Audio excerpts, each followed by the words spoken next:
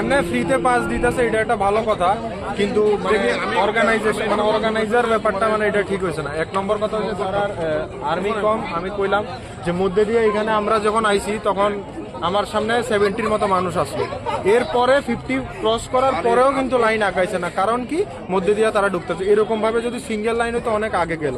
First নম্বর point. Second নম্বর point, তারা একটা complete করে মানুষ বাইরের পরে আরেকজনের ঢুকতে দিয়েছিল।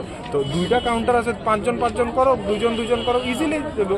কারণ সবাই কেউ অফিস, যেমন আমি অফিসে আইছি, সবার তো সময়ের দাম আছে না। পাঁচজন করে সবাই কমপ্লিট ইজিলি হয়ে যাবে। মূল অভিযোগটা কি দাও, এখানে কি 2 নম্বর পথেও বেরোচ্ছে মনে হয়? না, 2 নাম্বারই পথে না, এক নম্বর হচ্ছে মধ্যে দিয়ে লাইনের মধ্যে ঢুকে জায়গা, এটা হচ্ছে 1 নম্বর।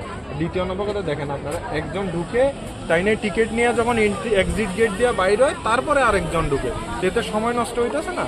সিস্টেমটা ঠিক মন মতো না, কারণ একজন পাস নিচ্ছে, এরপরে ওই গেট দিয়ে বেরোচ্ছে, তারপর ওরা গ্রিন সিগন্যাল দিচ্ছে, আরেকজন পাচ্ছে। তো এটা যদি ওরা একটু কেওয়াসটা মেনটেন করতো, অনেক তাড়াতাড়ি পাস লোকে পাস পেত।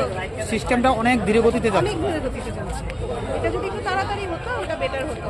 বলেছিলাম ডিপার্টমেন্টের লোককেই বলেছিলাম, তো ওরা বললো যে আমরা এরকম না হলে কেওয়াস আমরা সামলাতে পারবো না।